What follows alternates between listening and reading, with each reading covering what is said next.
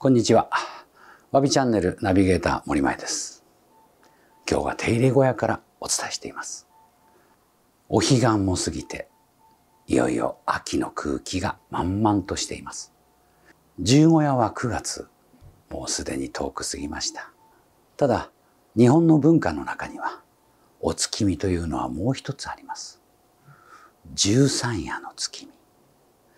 十五夜と十三夜。この二つを楽しむことが本当のお月見というもので、これを片方だけの十五夜で終わらせるのを片水木という教えもあります。今日はその十三夜の飾りを作ってみようと思っています。ここにあるボサボサなポットに割っているススキの苗。何年も小さなポットに入ったこの姿。事前に作ったものがわずか30分前にこの姿になっています。ついさっきまで同じものと見えるでしょうか。まずはこの十三夜の飾りを楽しむ素材から植え込みまで、それを今日はご覧に入れます。お楽しみください。何年も鉢の中で植わったこのススキ。これをまずポットから外してみましょう。すごい根ですね。もうカチンカチンの状態です。作るときに一番大事なのは、まずはこの無駄なもの、そして枯れた穂、これをどんどん切り払っていきます。その上で今度は剥き込みといって、枯れた方を剥いていきます。まるでトウモロコシの茎についている皮を剥くようなものですね。これをすることで、すっきりとしたさえ、だんだん描き出していけるんです。手間のかかる仕事ですが、草物というものを仕上げるときには、何よりも大切なことです。これは、ススキに限らず、アシア、カリヤスモドキ、フウチソウ、スーッとした葉姿を見るものは皆同じなんですね。この根元部分がすっきりと見えていくこと、これが一番大切なんです。このように何もしていなかったもの、それを根元を整理して枯れた皮を剥くと、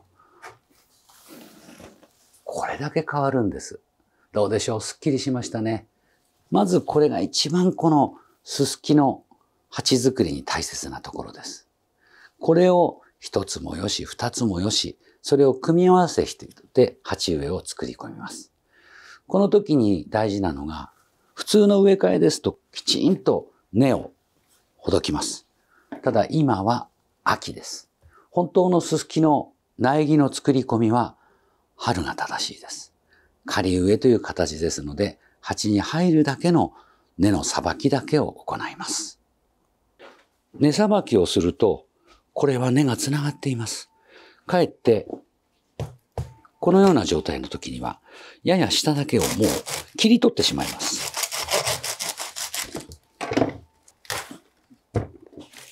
これで十分なんです。大変強い植物ですから、これで形が作っていけます。あとは鉢の大きさに合わせてどの形がいいか、どの量がいいかを決めていくことになります。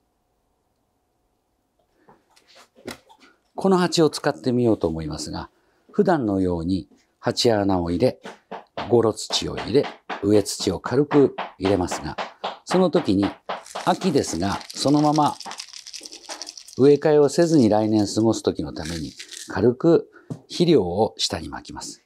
この時は化学肥料の方のがかえって根に熱を持たないので良いでしょう。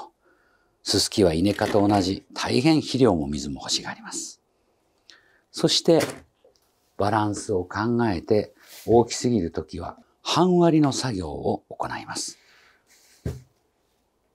大胆に切ってしまってください。こんなことやっていいのって言いますが、大変強い植物です。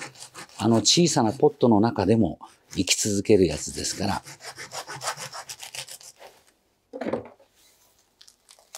これで十分に生きてくれます。変にほどいてしまうよりも、これの方のがまとまります。草とはいえ、飾りのために植え込むとき、その時には流れが欲しいものです。右か左に流す、この半割りを使いながら流れていくように植え込んであげる。その感覚が必要です。一度このように流れを持った姿を作り上げたら、これでいいなっていうところで、ここでご覧ください。どうしても植え込んでこれが動いています。固定の仕方をご覧に入れましょう。最終的には植え込んで押さえ込みで微調整しますが、これが離れないように2つの株が1つになって分離しないように竹釘を打ち込みます。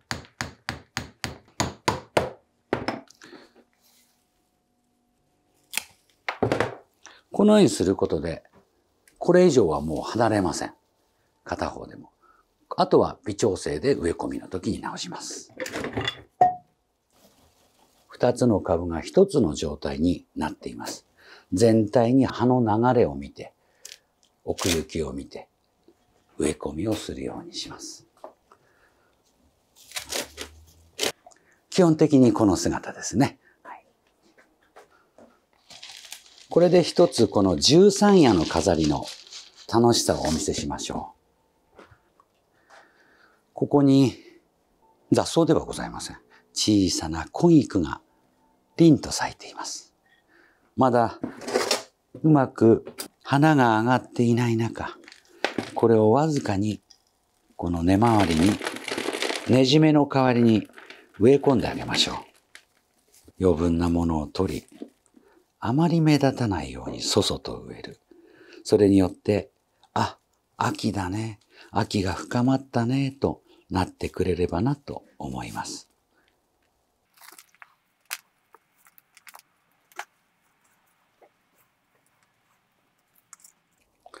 菊でなくて、もしかしたら林道などがあっても面白いかもしれませんね。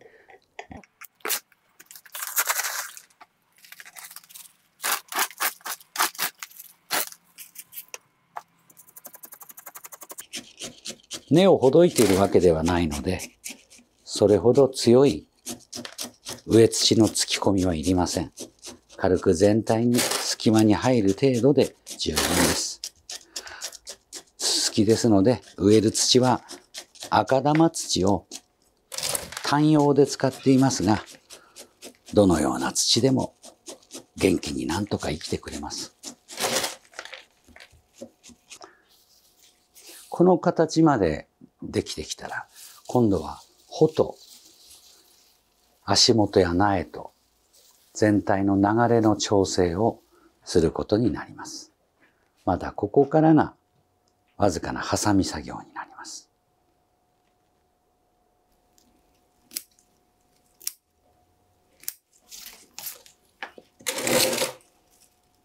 多すぎる密集した部分、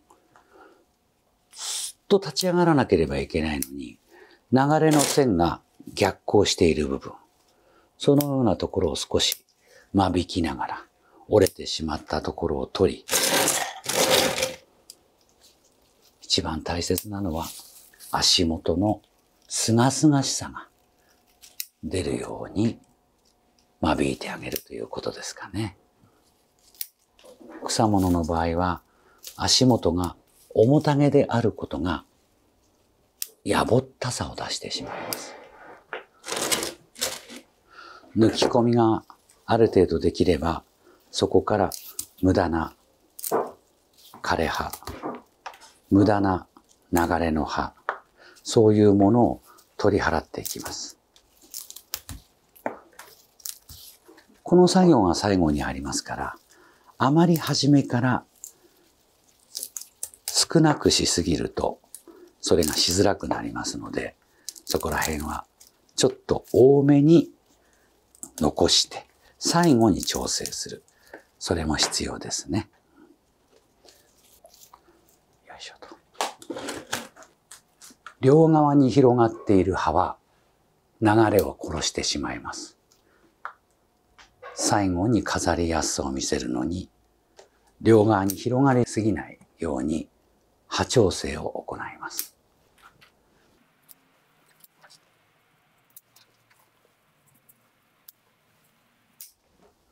この鉢植えは右へと流れているものを表現しようとしています。その時にそれに逆らうもの、線を殺すもの、それを少しずつ取っていきます。この辺はその方その方の感性で動かすものですから、ご自分の思うままにハサミを入れるのも楽しいものです。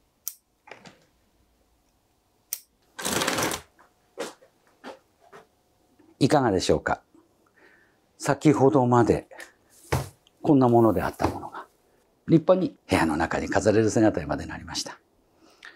残念ながらまだ今年は天候不順で穂が上がっていませんが、太い茎の部分は穂を持っています。徐々にこれが13夜の時には上がっていることになるでしょう。小さな菊が季節の景色を楽しませてくれます。ここから表土の化粧をする。藤綱のようなものですっきりさせるのも、苔をあしらうのもその方の楽しみですが、このような飾り、誰でもわずかな時間でできます。何気ないポットのもの。それをその人がこうしてあげよう。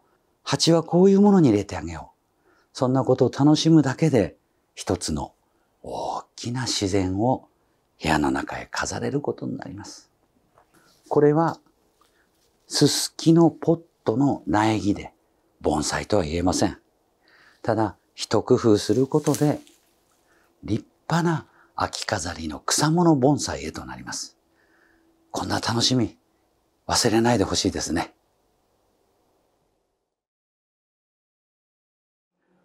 応接間に飾ってみました。先ほどまでビニールポットだった木が応接間で上品な席を作っています。13夜を待ち遠しくするススキの鉢植え。上には月が昇ります。15夜とは違うので少し高く。高くというのは月が小さく上に昇る。そして右手には竹芸で作られたスズムシ一匹。この時期になると儚いスズムシの声がかすかに聞こえる。そんなことをこの席の中で思えるものを作りたいものですね。こんな風情を忘れないで秋の夜長を楽しんでみてはいかがでしょうか。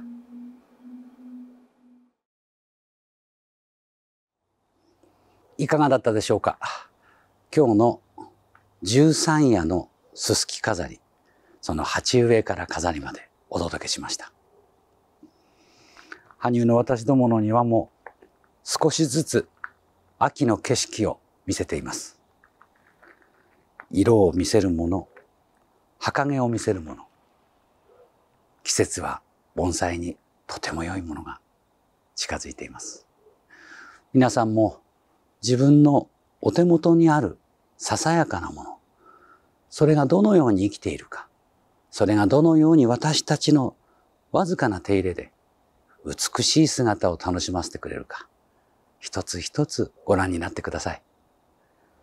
わびチャンネルは大きなテーマ、小さなテーマ、いろいろなものを皆様にお届けします。もしよろしければぜひチャンネル登録をお願いします。